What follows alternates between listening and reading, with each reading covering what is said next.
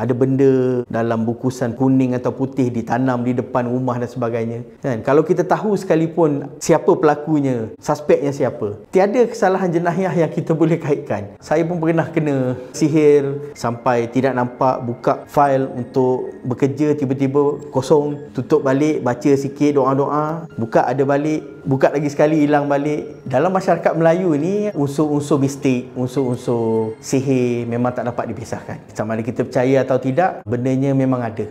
Dan pengalaman saya sendiri di mahkamah, saya pun pernah kena sihir, gangguan mistik sebagainya sehingga pening dalam mahkamah. Alhamdulillah tidak ada yang berat-berat, ada yang sampai tidak nampak, buka fail untuk bekerja, tiba-tiba kosong. Benda-benda yang ditabur di luar mahkamah yang kita selalu jumpa kan. Benda-benda yang berterbangan dalam mahkamah. So itu antara pengalaman seram mistik yang pernah dialami.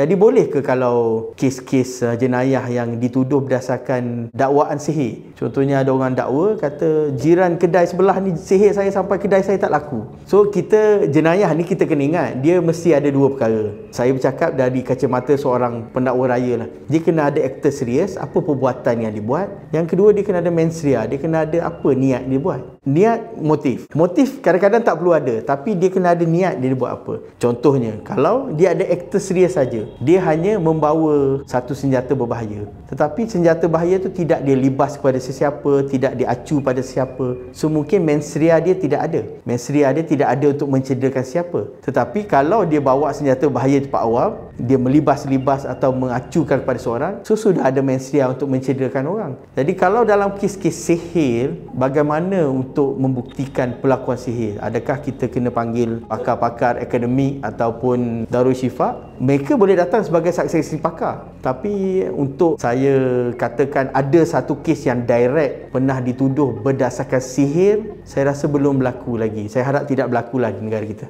Dia selalunya setiap perbuatan yang mengganggu orang lain tu, dia mesti ada pertuduhan jenayah yang boleh dikenakan. Kalau contohnya kita keluar rumah, tiba-tiba ada anak patung, ada bertaburan limau yang dicucuk dengan paku kan dan sebagainya, ada benda dalam bungkusan kuning atau putih ditanam di depan rumah dan sebagainya kan. Kalau kita tahu sekalipun siapa pelakunya, suspeknya siapa, tiada kesalahan jenayah yang kita boleh kaitkan, melainkan kita cuba kaitkan dengan kesalahan-kesalahan fizikal yang lain seperti menceroboh, pecah rumah ataupun khianat, mendatangkan kerosakan kepada harta benda. Setakat ni belum ada lagi kesalahan jenayah khusus iaitu kesalahan sihir. Mungkin kalau ia berleluasa, mungkin ahli-ahli parlimen kita kena duduk sama-sama bincang elok-elok untuk ada undang-undang yang digubal. Pada saya, dia balik kepada apa yang orang tu buat, apa niat dia. Kalau kita hidup zaman dulu pun mungkin kita tak berjumpa juga kot kesalahan berkaitan sihir. Melainkan ada undang-undang adat, ada undang-undang yang khusus yang kata mengenai isu sihir. Wallahualam. Secara teorinya boleh kalau kita panggil orang-orang yang ada kelayakan seperti Ustaz-Ustaz Darul Syifa kan untuk menunjukkan sesuatu tindakan sihir berlaku. Dan saya percaya mahkamah, termasuk mahkamah sivil, mahkamah syariah pun pernah panggil pakar-pakar untuk memberi keterangan. Tetapi bukannya secara direct kesalahan apa. Mungkin nak menunjukkan motif, mungkin nak menunjukkan ada perbuatan khianat. Contohnya berlaku kejadian bunuh, dan kejadian bunuh itu bertitik tolak daripada dendam. Jadi mungkin ada perbuatan sihir yang memulakan perbuatan bunuh tersebut. Jadi mungkin pihak pendakwa boleh panggil pakar daripada Darul Syifa ataupun daripada universiti yang tahu, yang mahir mengenai sihir.